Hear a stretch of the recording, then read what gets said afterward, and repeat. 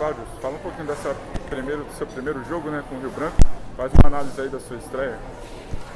Bom, foi importante, né? A gente tinha uma expectativa muito boa para esse confronto, porque desde a minha chegada houve uma mobilização muito grande de todos no clube. Isso é muito bom, muito positivo. Conseguimos colocar algumas ideias para esse jogo inicial, mas tudo ainda está dentro de um período de adaptação, né? Tanto meu com os jogadores comigo.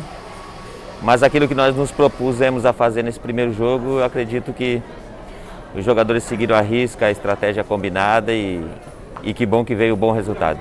E essa vantagem, né? Como segurar essa vantagem? A gente sabe que são 2 jogos, ida e volta. Qual que é o plano agora para esse jogo de volta? O plano é não cair nas armadilhas do sucesso, né? Quando ganha um jogo fora de casa da forma que foi. Achar que a eliminatória está resolvida, porque não está. Eu conheço bem o treinador lá, conheço bem muitos jogadores que jogam lá e eu sei que eles não vão dar como vencidos.